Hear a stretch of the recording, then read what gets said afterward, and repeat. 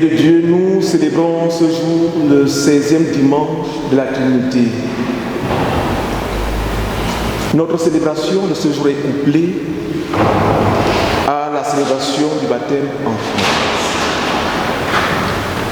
L'enfant Auguste Lac va recevoir son sacrement du baptême. Et nous sommes tous là, rassemblés en ce lieu de la présence de Dieu, le lieu de la bénédiction. Je vous accueille avec enthousiasme, avec amour, avec joie. Et que la grâce, la miséricorde, la paix vous soit donnée de la part de Dieu le Père, de Jésus-Christ le Fils du Père, et l'Esprit Saint, notre consolateur dans la vérité et dans l'amour. Amen. Adorons le Seigneur. Les justes se réjouissent, ils exultent devant Dieu. Chantez pour Dieu, jouez pour son nom. L'Éternel est son nom. Réjouissez-vous devant lui. Le Père des orphelins, le défenseur des veuves, c'est Dieu dans sa demeure sainte. Dieu donne une famille à ceux qui étaient abandonnés. Il délivre les captifs et les rend heureux.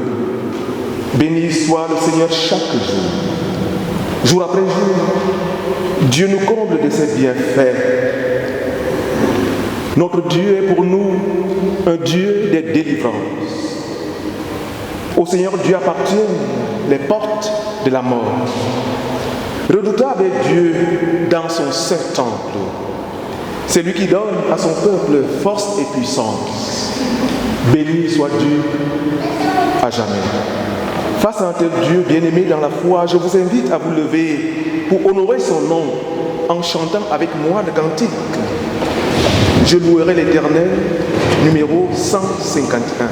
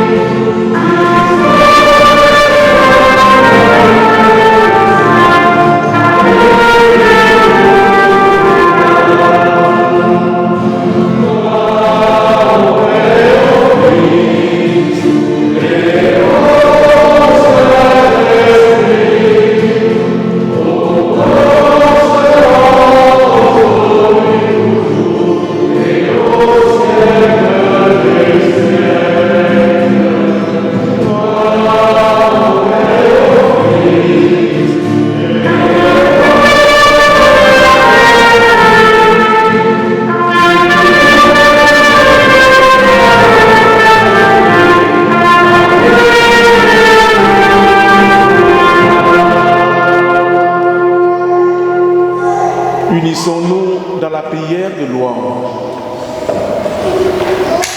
Dieu de toute miséricorde, tu consoles ceux qui pleurent et tu relèves ceux qui tombent. Que ta parole retentisse en nos vies et nous délivre de toute mort. Qu'elle chasse de notre esprit toute trace de résignation ou d'inquiétude et nous adresse encore ce message de libération et de joie pour aujourd'hui et pour demain. Par Jésus-Christ, ton Fils unique, notre Sauveur. Amen. Je vous prie de reprendre place.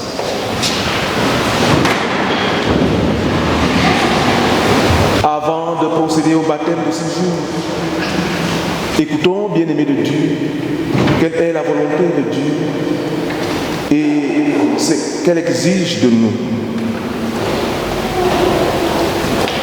Il est bon d'attendre en silence le secours de l'Éternel. En méditant cette volonté, nous nous sentons tous coupables, car nous n'avons pas su attendre en silence la volonté de secours de l'Éternel. Nous sommes souvent trop impatients et voulons que Dieu règle son horloge en fonction de la nôtre. Je nous invite en conséquence à dire notre mal à Dieu. Seigneur, nous sommes des hommes et des femmes méfiants, insatisfaits et impatients. Nous mettons en question ta bonté et ton amour dès que les difficultés de la vie se présentent. Nous voulons que tu règles ton horloge en fonction de la nôtre. Nous sommes devenus la mesure de toutes choses, décrétons même les catégories acceptables et non sur les êtres, sur les choses et sur Dieu lui-même. Nous sommes incapables d'attendre en silence ton secours.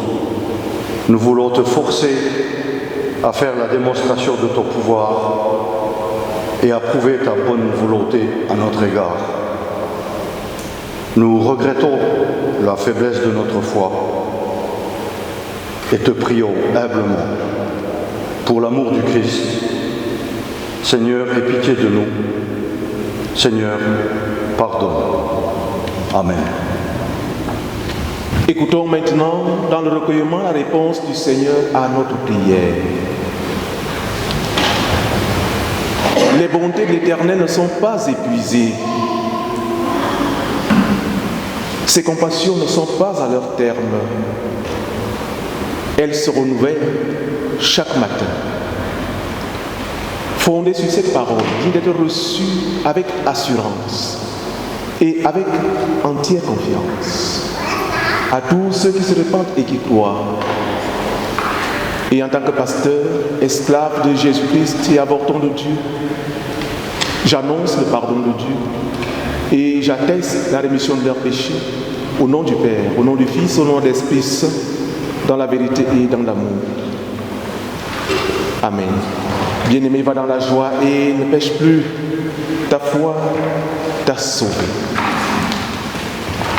Je nous invite en conséquence à nous lever pour dire notre reconnaissance, notre action de grâce au Dieu de notre pardon lorsque nous allons chanter le cantique 741 et venir Shalom, strophe 1 et 2.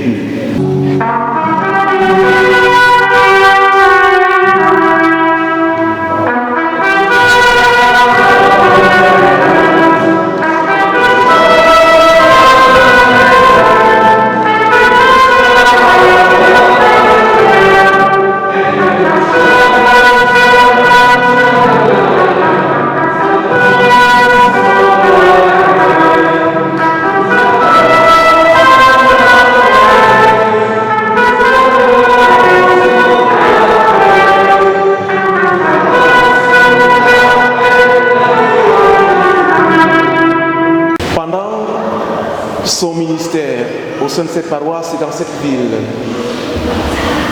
le pasteur Fidi avait initié l'accompagnement de la famille de l'enfant Auguste là, en vue de son baptême. Il n'est pas allé, hélas, au bout de son accompagnement à cause du contexte que nous connaissons tous. Le contexte des contraintes liées à la crise sanitaire. Aujourd'hui, il revient pour clôturer ce qu'il a commencé. Pasteur, la liturgie du baptême.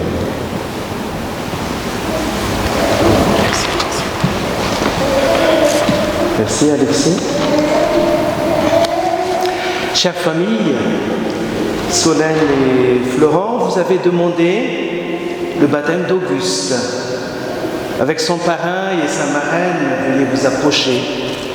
L'Église qui vous entoure aujourd'hui est témoin de son baptême et elle confesse avec vous sa foi.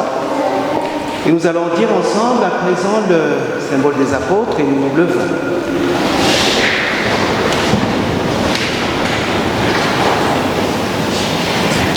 Je crois en Dieu, le Père Tout-Puissant, Créateur du ciel et de la terre. Je crois en Jésus-Christ, son Fils unique, notre Seigneur, et qui est né de la Vierge Marie. Il a souffert sous Ponce Pilate, et il a été crucifié, il est mort, il a été enseveli, il est descendu aux enfers. Le troisième jour, il est ressuscité des morts, il est monté au ciel, il est assis à la droite de Dieu, le Père Tout-Puissant, et il viendra pour juger les vivants et les morts. Je crois en l'Esprit Saint, la Sainte Église universelle, la communion des saints, la rémission des péchés, la résurrection de la chair et la vie éternelle. Amen. Et je vous invite à prendre place.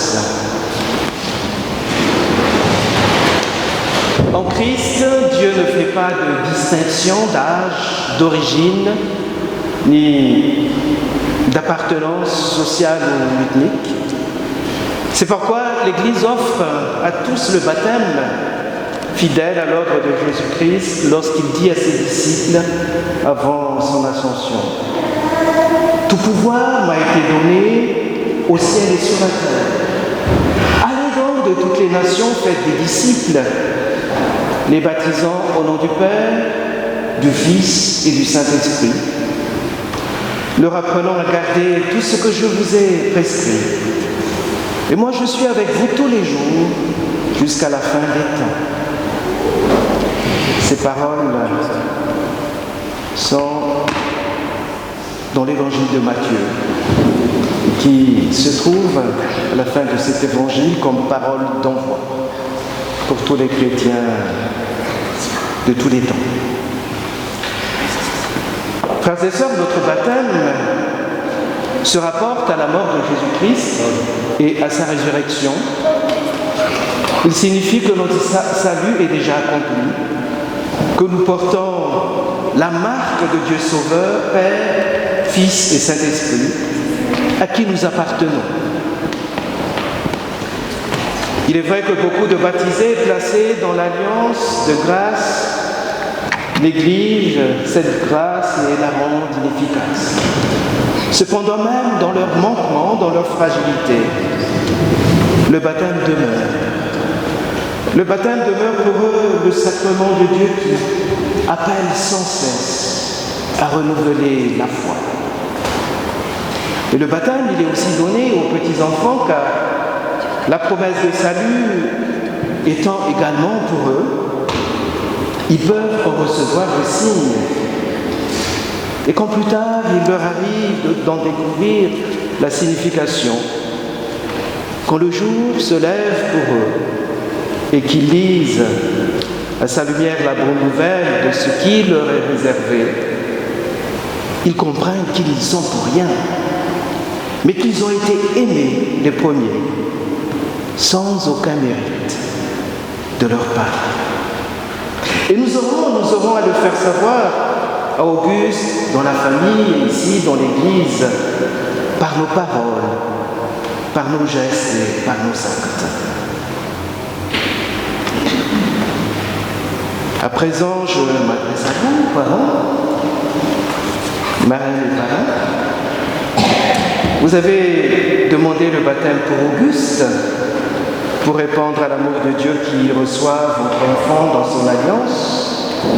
Par votre exemple, par votre appui, par vos prières, vous le soutiendrez pour qu'il puisse dire lui-même un jour oui à son baptême. Alors je vous demande, à vous, parrains et marraines, voulez-vous être pour Auguste, ces témoins du Seigneur ressuscité, ces compagnons de route qui le conduisent sur le chemin de la foi? Si tel est votre souhait, dites oui avec l'aide de Dieu. Oui. Et je m'adresse à vous, chère communauté, je vous invite à vous lever pour prendre aussi votre engagement. Quant à vous, membres de cette paroisse, souvenez-vous que nous vivons tous de la même grâce du Seigneur. Baptisés, nous sommes solidaires les uns des autres.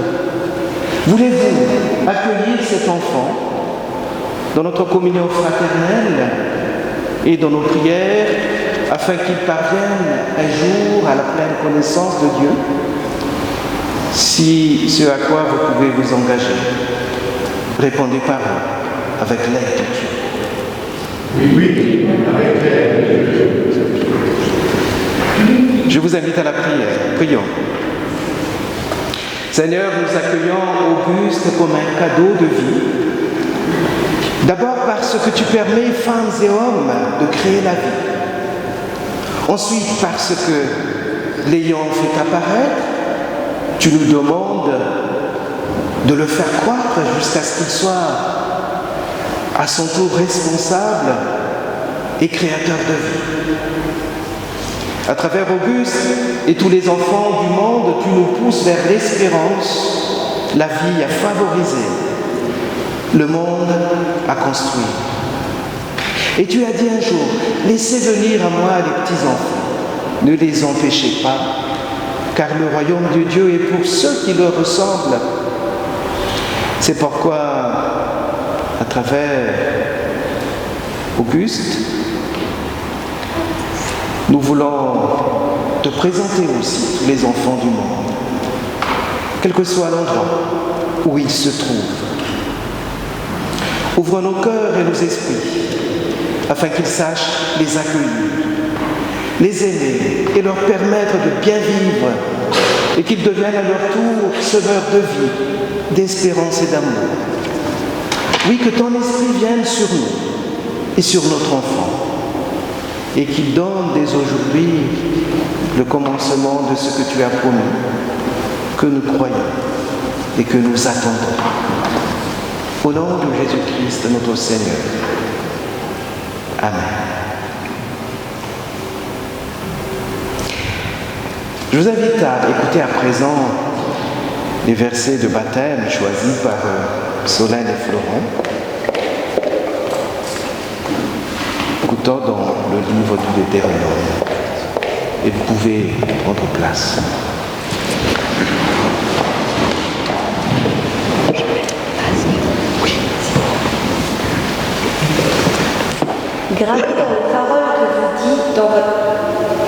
Gravez les paroles que je vous dis dans votre cœur et dans votre âme.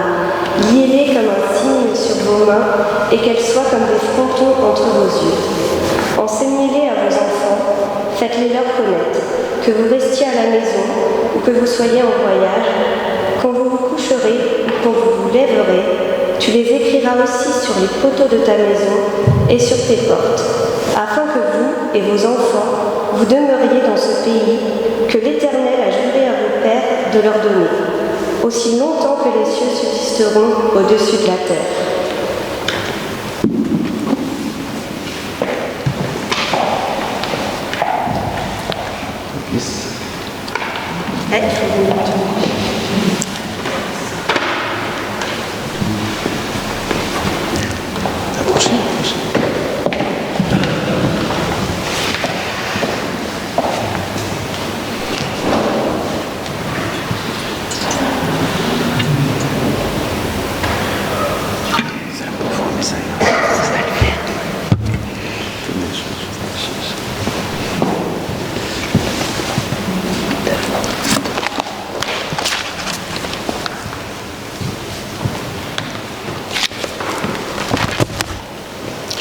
Auguste, je te baptise au nom du Père, du Fils et du Saint-Esprit. Auguste, Dieu te bénit et te garde. Dieu t'accompagne tout au long de ta vie et qu'il fasse resplendir sa face et sa lumière sur toi. Amen.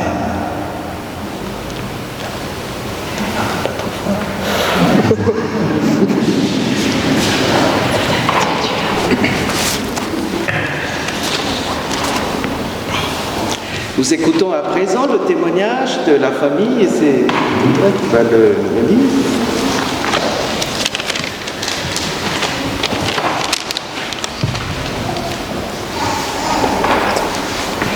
Entendre Auguste, c'est avec une immense joie que j'apprenais, il y a maintenant 2 ans de cela, la nouvelle de ton arrivée. Et celle-ci ne fait que croître au fur et à mesure que tu montes. Toi, petit Auguste, qui respire le bonheur, tu me combles dès que je te regarde. Ton regard ne trompe pas. Il est pur, il respire la bonté, la gentillesse. Cette innocence que tu portes en toi, je te souhaite de la conserver. La vie ne sera pas toujours rose, mais si tu continues et t'obstines à la regarder ainsi, le rose ne pourra qu'être pâli. Nous sommes d'autant plus heureux de célébrer ton baptême dans ce temple qui pour nous a une résonance toute particulière, car ton arrière-grand-père y a été pasteur pendant de longues années. Après ta grand-mère, tes grands-oncles, ton oncle, ta maman, ton cousin et moi-même, c'est maintenant à ton tour d'y être baptisé. Je m'avance en pensant que là où il se trouve, ton arrière-grand-père doit sourire de voir la boucle s'agrandir. Je tiens à remercier tes chers parents pour leur superbe création. Venant d'eux, ça n'aurait pu être autrement. Je tiens aussi à les remercier pour l'honneur et la confiance qu'ils me donnent à être aujourd'hui ton parent. En tant que tel, je veux te dire que mes bras te seront ouverts, qu'importe tes choix et convictions, que tes jours soient beaux ou sombres, ils seront là pour t'accueillir et t'écouter, afin de t'aider à grandir, à t'épanouir et à trouver la place qui sera tienne sur cette terre. Avant de présenter Auguste à la communauté, nous allons signer le registre, puis après, de présenter Auguste à tout le monde.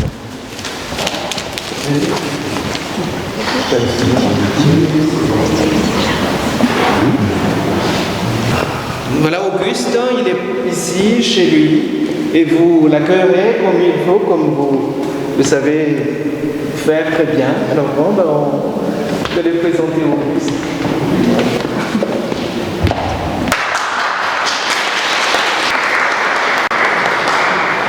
La prière d'illumination. Ô Dieu de vérité, qu'il te soit agréable de nous accorder ton Saint-Esprit au moment où nous allons écouter ta sainte parole et sa déclamation.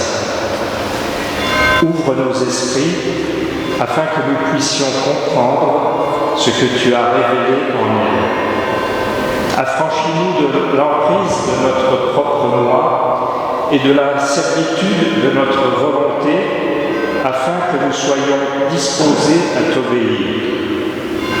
Ouvre nos lèvres pour que nos bouches annoncent tes louanges. Par Jésus-Christ, la parole faite chair et qui a habité parmi nous. Amen. Notre première lecture biblique se trouve dans le livre de Jérémie au chapitre 11, les versets 18 à 20. L'Éternel m'a informé et je l'ai su. Alors tu m'as fait voir leurs œuvres. J'étais comme un agneau familier qu'on mène à la boucherie et j'ignorais les mauvais desseins qu'ils méditaient contre moi. Détruisons l'arbre avec son fruit, retranchons-le de la terre des vivants et qu'on ne se souvienne plus de son nom. Mais l'Éternel des armées est un juste juge qui sonde les reins et les cœurs. Je verrai ta vengeance s'exercer contre eux, car c'est à toi que je confie ma cause.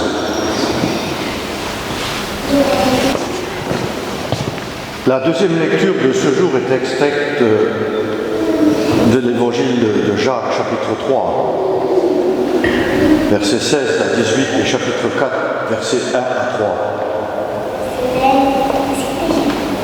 Car là où il y a un zèle amer et un esprit de dispute, il y a du désordre et toutes sortes de mauvaises actions. La sagesse d'en haut est premièrement pure, ensuite pacifique, modérée, conciliante, pleine de miséricorde et de bons fruits, exempte de duplicité et d'hypocrisie. Le fruit de la justice est semé dans la paix par ceux qui recherchent la paix. D'où viennent les luttes et d'où viennent les querelles parmi vous? N'est-ce pas de vos passions qui combattent dans vos membres? Vous convoitez et vous ne possédez pas. Vous êtes meurtriers et envieux et vous ne pouvez pas obtenir. Vous avez des querelles et des luttes et vous ne possédez pas parce que vous ne demandez pas. Vous demandez et vous ne recevez pas parce que vous demandez mal dans le but de satisfaire vos passions. Nous lirons dans l'évangile de Marc, au chapitre 9, versets 30 à 37, et le texte servira à la prédication. Ils partirent de là et traversèrent la Galilée. Jésus ne voulait pas qu'on le sût,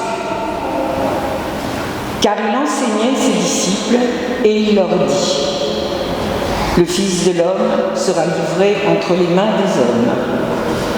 Ils le feront mourir et 3 jours après qu'il aura été mis à la mort, il ressuscitera. Mais les disciples ne comprenaient pas cette parole et ils craignaient de l'interroger. Ils arrivèrent à Capernaum. Lorsqu'il fut dans la maison, Jésus leur demanda: de quoi discutiez-vous en chemin? Mais ils gardèrent le silence, car en chemin, ils avaient discuté entre eux pour savoir qui était le plus grand. Alors il s'assit, appela les 12 et leur dit: si quelqu'un veut être le premier, il sera le dernier de tous et le serviteur de tous. Et il prit un petit enfant, le plaça au milieu d'eux, et l'ayant pris dans ses bras, il leur dit: quiconque reçoit en mon nom un de ces petits enfants me reçoit moi-même, et quiconque me reçoit non pas moi, mais celui qui m'a envoyé. L'herbe sèche, la fleur se fane et tombe, mais la parole de Dieu demeure éternellement. Amen. Le cantique sera le numéro 17, une flamme moi. Amen.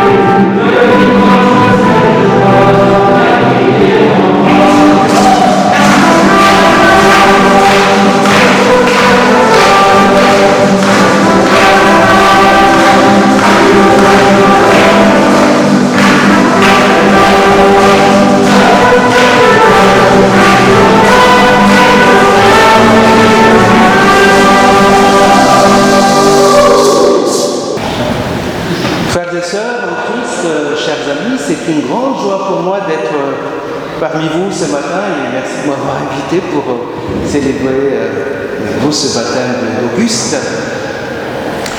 Toute la semaine, une question m'a traversé l'esprit. Qu'est-ce qu'il nous faut pour être heureux? Qu'est-ce qu'il nous faut pour être heureux? Est-ce avoir une belle maison, une belle voiture, un compte en banque bien rempli, être un parfait geek à la face speed et hyper connecté, être liké des milliers de fois, peut-être, être le plus grand ou être le meilleur, être parfait. Et sur le chemin de Galilée, les disciples de Jésus se posaient la question: qui est le plus grand? Qui est le plus grand? J'avoue que c'est une étrange conversation, alors que Jésus leur parlait pour la deuxième fois de sa mort et de sa résurrection. Ce qui est le cœur même de notre foi, le fondement de notre salut. Les disciples ne comprennent pas et ils ont peur de lui poser des questions. Oui, tout comme nous ne comprenons pas toujours ce que Jésus veut nous dire. Nous sommes parfois, comme ses disciples, apeurés et nous préférons nous taire, rester dans le silence. Et face à ce que nous avons du mal à comprendre, nous préférons nous replier sur nous-mêmes et préserver notre petit confort matériel et spirituel.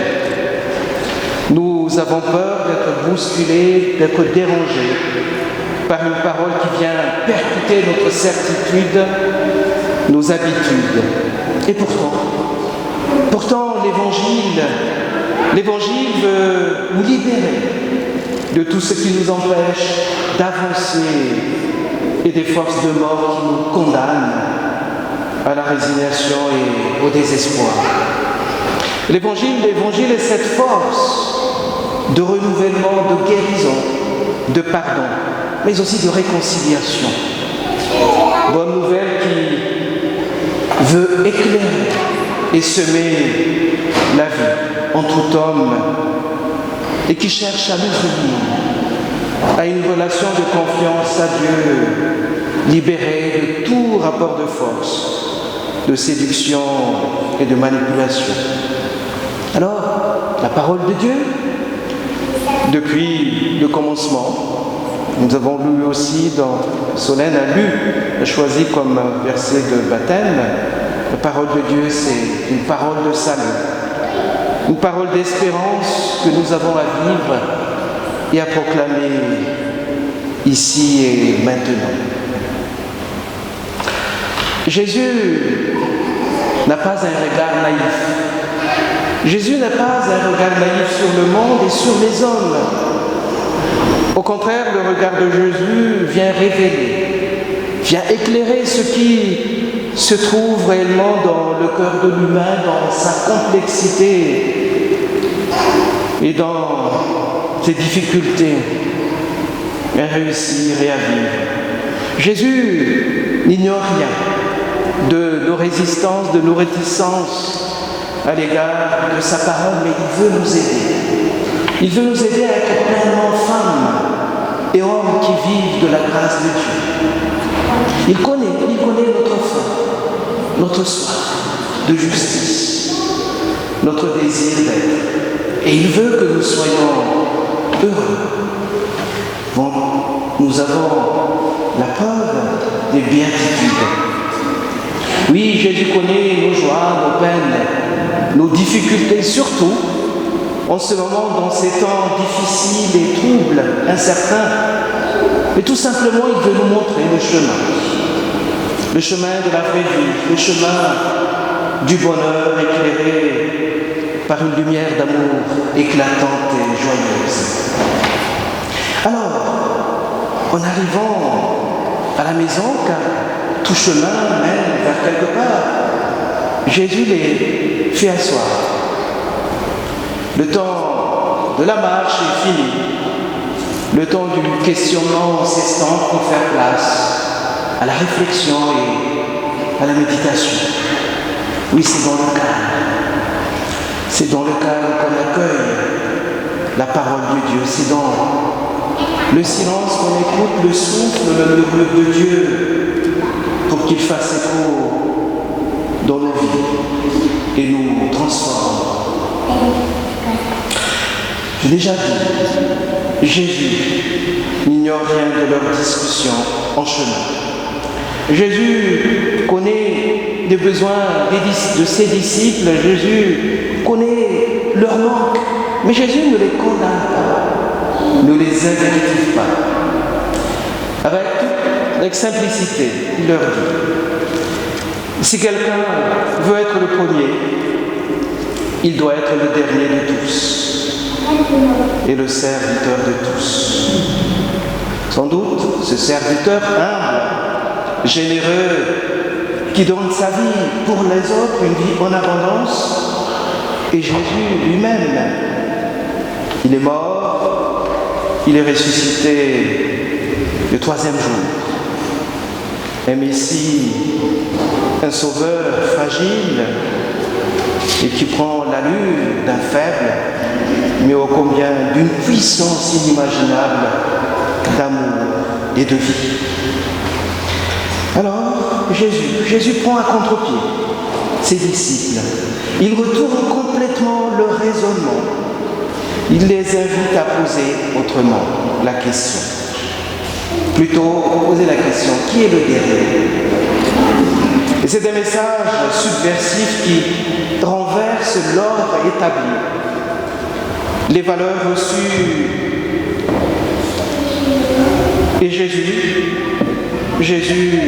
prend à contre-pied tout cela. Suivre Jésus, frères et sœurs, c'est comme marcher à contre-courant, comme cheminer dans le sens inverse des autres, de ce monde. Suivre Jésus, c'est marcher à contre-courant des valeurs mortifères érigées comme vérité, seule vérité, par notre société actuelle qui prône l'individualisme, la concurrence, la perfection, le profit. Entendons-nous bien, pour nous, il ne s'agit pas de refuser le monde, mais il faut changer le monde. Changer le monde, à savoir placer, mettre de l'humain au centre, mettre l'humain au centre de toute préoccupation. Et ce qui compte, c'est la valeur, c'est la dignité, c'est le respect de chaque être humain, car chaque personne est unique devant Dieu. Alors, qu'est-ce à dire ? Arrêtons de juger, de comparer, de classer les gens. Arrêtons d'abaisser l'autre pour nous sentir grands et importants. Et le plus grand pour Jésus, c'est celui qui sait se détacher de lui-même, celui qui se préoccupe de ses intérêts, de son petit être pour s'ouvrir à un autre plus grand que lui-même, à Dieu, aux autres, aux frères et sœurs, en humanité. Celui qui prend conscience qu'il n'est pas le centre du monde et qui sait prendre une distance vis-à-vis de lui-même est le plus grand de tous. Et cette grandeur se mesure à l'aune du service qu'il veut accomplir. Et c'est dans le service qu'est le vrai bonheur, la vraie vie et la joie. Mais encore attention, frères et sœurs, Jésus ne dit pas aux disciples qu'il faut être le dernier, qu'il faut être faible, qu'il faut être petit, qu'il faut accepter d'être écrasé. Non, Jésus ne déresponsabilise pas les disciples, il leur montre un chemin pour être vraiment efficace. Ce chemin, c'est prendre conscience que tout ce que nous avons, c'est tout ce que nous sommes, nous recevons de Dieu. Et c'est ce que nous appelons la grâce. C'est en recevant tout de Dieu que nous pourrons être les plus efficaces dans notre Église, dans nos vies, dans nos relations avec les autres. Et c'est en recevant tout de Dieu que notre service prendra toute son ampleur et toute sa valeur. Et ici, dans notre texte, de quel service nous parle-t-il Jésus? Bien évidemment, c'est l'accueil. Accueillir les autres. Accueillir les plus petits, les faibles, les fragiles. Et Jésus sait de quoi il s'agit. À plusieurs reprises, Jésus parle d'enfants. Il prend alors ici un enfant. Comme Auguste, il prend un enfant, il l'embrasse et il le place au milieu de ses disciples.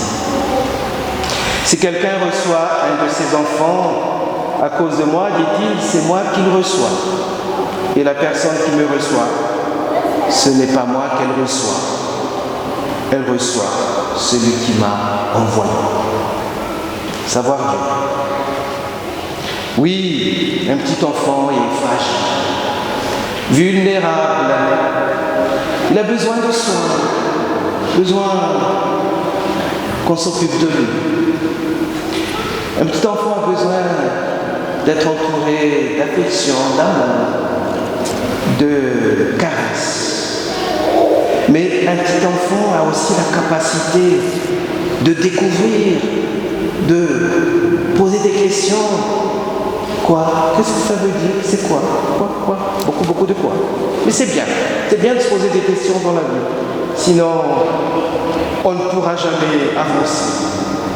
Alors un petit enfant a la capacité de découvrir, de s'émerveiller. Oui, un petit enfant est comme une promesse de vie. Il a tout l'avenir devant lui. Il va grandir, progresser, apprendre. Et quand Jésus, frères et sœurs, nous donne comme exemple un enfant, ce n'est pas pour nous infantiliser, mais il nous invite à retrouver en nous cet esprit d'enfant, de l'enfant qui sommeille en chacun de nous. Cet esprit de l'enfant qui sommeille en nous pour retrouver l'audace, cette vivacité propre aux enfants de Dieu. Être un enfant, ce n'est pas croire déjà arrivé, mais il y a du chemin. Il y a encore du chemin. Et en chemin, on n'est pas seul, on n'est jamais seul. On sait, sur chemin, qu'on chemine avec le Christ. Tels les disciples d'Emmaüs, pour nous ouvrir à quelque chose que nous n'avons jamais soupçonné ou imaginé. En chemin alors vers le royaume avec une confiance spontanée, une ouverture, une disponibilité et une réceptivité. Et Jésus, vous avez remarqué, ajoute, quiconque m'accueille, ce n'est pas moi qui l'accueille, mais celui qui m'a envoyé. Alors donc, quiconque accueille l'enfant, c'est Dieu lui-même qui l'accueille. Et accueillir Dieu, frères et sœurs, c'est lui laisser de la place. C'est l'écouter et faire taire toute autre voix que la sienne. C'est accepter d'être façonné, d'être modelé par lui comme l'argile dans la main du potier. Ainsi êtes-vous dans ma main, dit Dieu à travers le prophète Jérémie. Oui, Dieu nous façonne par sa parole. Depuis le commencement, Dieu nous permet d'être par son amour inconditionnel, par sa grâce prévenante, comme nous le rappelle le baptême d'Auguste ce matin. Oui, frères et sœurs, ce jour de baptême est un jour de joie pour la famille d'Auguste et pour vous, communauté protestante de Thionville. Et comme l'a rappelé le pasteur Alexis Metenga, Auguste reçoit le sacrement du baptême qui signifie l'amour de Dieu, sans condition, l'amour de Dieu donné en premier. Un amour qui nous précède et qui nous porte tout au long de la vie, et cela aussi veut nous dire que Dieu nous a choisis. Il nous a voulu. Il nous a aimés. Et nous lui appartenons. Cela signifie donc que notre vie est précieuse et qu'elle a un sens et qu'elle trouve son origine, son orientation et toute sa plénitude en Dieu qui est le Créateur de la vie, le Créateur de toutes choses nouvelles. Alors, Auguste nous rejoint pour cheminer avec nous. Il fait partie de la famille des chrétiens et sa place est désormais marquée dans l'Église, et quel que soit son choix, son chemin, cette place restera marquée ici. Oui, il a besoin de nous, comme nous avons besoin de Dieu. Et par ce petit enfant, sans doute, Dieu nous dit-il qu'il a besoin de nous, lui aussi. Alors, frères et sœurs, soyons capables d'accueillir un enfant. Et il se pourrait qu'un jour, ce soit Dieu lui-même que nous accueillons. Amen. Veuillez vous lever pour chanter avec moi le cantique est venu Shalom, strophe 3 à 5.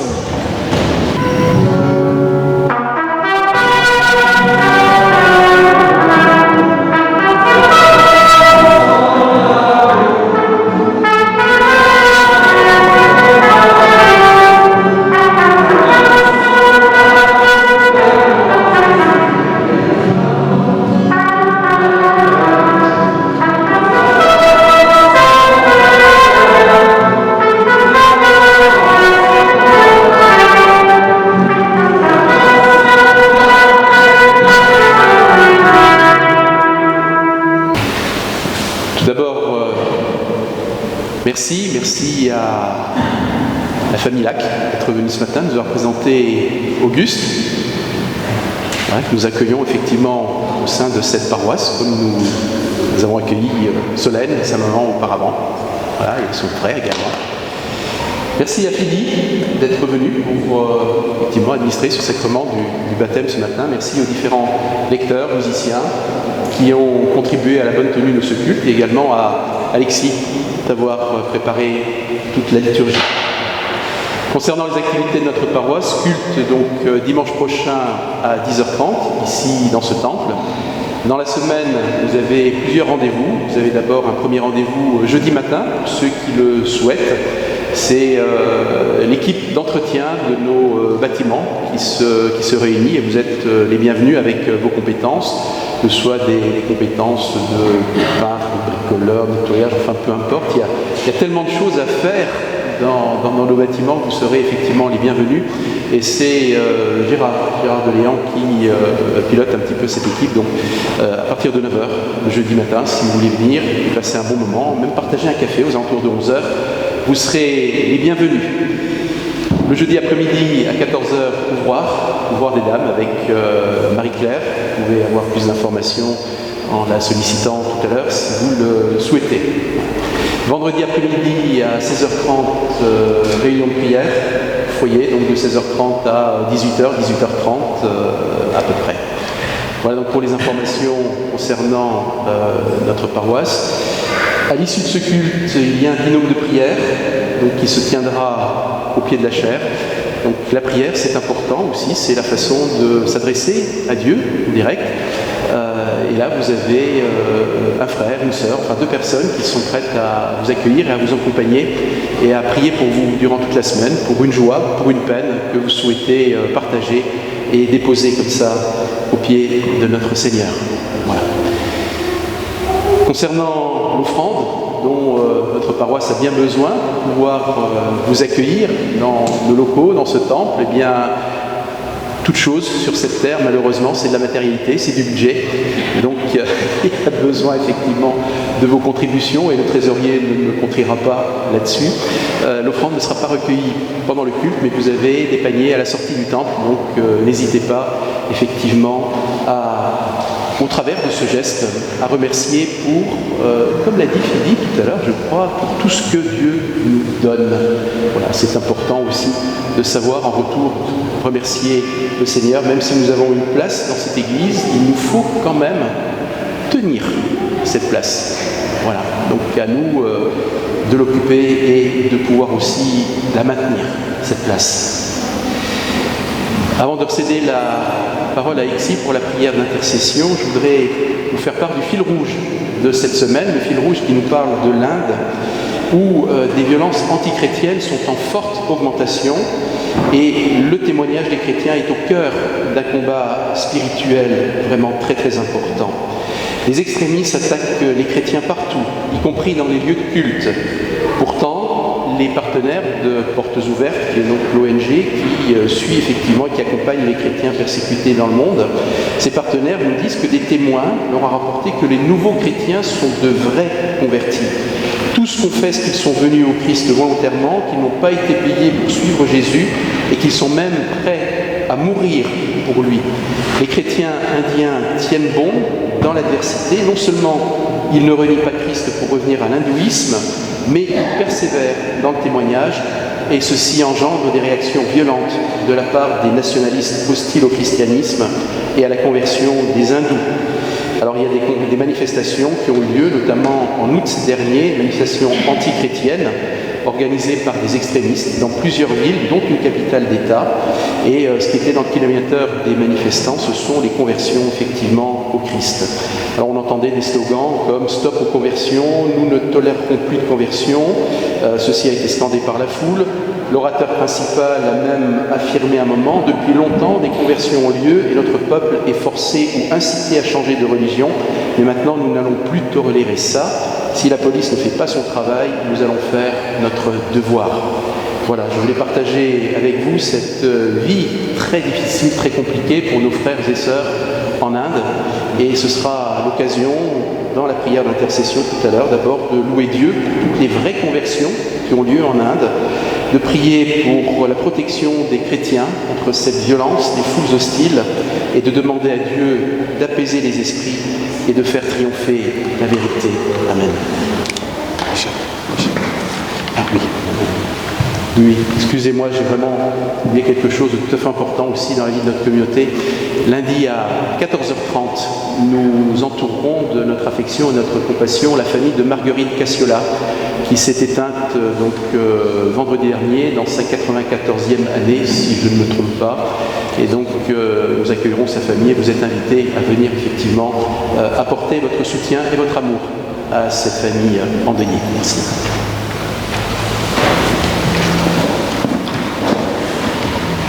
Intercédons maintenant auprès du Seigneur.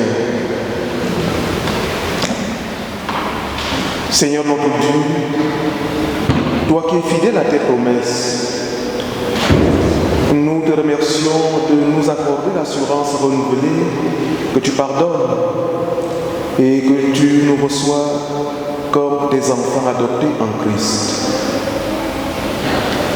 Accorde la sagesse et l'amour aux parents d'Auguste, là ton serviteur, ainsi qu'à nous tous, afin que nous puissions tenir les engagements que nous venons de prendre. Nous te prions pour que tu guides durant leur vie les petits que tu nous confies dans ton Église. Rends-les capables de répondre à l'Évangile. Remplis-les de cet esprit et rends leur vie féconde. Soutiens-les à leur épreuve et lorsque le Christ reviendra, qu'ils puissent célébrer dans la communion avec ton Église tout entière ta grandeur et ta miséricorde pour toujours, dans la joie de ta nouvelle création. Dieu notre Père, nous élevons à ta miséricorde tous ceux qui sont victimes des violences antichrétiennes en Inde. Nous te louons pour les vraies conversions dans ce pays de l'intolérance. Et nous te prions de protéger les chrétiens de la violence des foules hostiles, d'apaiser les esprits et de faire triompher la vérité dans ce pays. Notre Dieu et notre Père, nous élevons à toi nos malades, car nous en avons. Nous pensons notamment à ton serviteur Gérard Deléon, qui depuis quelque temps souffre dans sa chair. Nous pensons également à ta servante Annie Dupont, qui souffre elle aussi depuis longtemps. Nous ne pouvons pas nous interdire de penser à ton serviteur Pierre Force et tous ceux que nous nommons dans le secret de nos cœurs. Ô Dieu, nous avions été instruits dans les prophéties que le Fils unique a pris sur lui nos forfaits et que c'est par ses meurtrissures que nous sommes guéris. Par amour pour lui, accorde la guérison totale à tes serviteurs souffrants. Impute-leur le bénéfice de la rédemption générale, car tu le sais très bien où notre Dieu partenaire. Ils ne peuvent pas se l'approprier. Accorde-leur la grâce de te servir dans la joie de la santé retrouvée. Père Tout-Puissant, tu es attentif à notre prière, ton regard est sur nous et tu nous gardes dans ton alliance. Nous t'avons prié avec foi, avec espérance, et nous savons que tu exauces notre prière, car tu ne t'approvis pas en nous donnant, et tu ne t'enrichis pas en retenant ce que nous te demandons au nom du Christ Jésus, notre Seigneur et notre Sauveur. Lui qui nous a appris à te prier ainsi. Veuillez vous lever pour le Notre Père. Notre Père qui es aux cieux, que ton nom soit sanctifié, que ton règne vienne, que ta volonté soit faite sur la terre comme au ciel. Donne-nous aujourd'hui notre pain de ce jour. Pardonne-nous nos offenses, comme nous pardonnons aussi à ceux qui nous ont offensés. Et ne nous laisse pas entrer en tentation, mais délivre-nous du mal. Car c'est à toi qu'appartient le règne, la puissance et la gloire, pour les siècles des siècles. Amen. Recevez maintenant la bénédiction de la part de notre Dieu. Que la bénédiction et la miséricorde du Seigneur, par sa grâce et son amour éternel, descendent sur vous maintenant. Il vous bénit, celui qui est le Père, le Fils et le Saint-Esprit, dans l'unité du même Dieu. À lui le règne et la gloire pour les siècles des siècles. Partez maintenant. Vous êtes aimés de Dieu. Vous êtes bénis de Dieu. Amen. Et chantons pour terminer le cantique « Viens et bénis-nous ».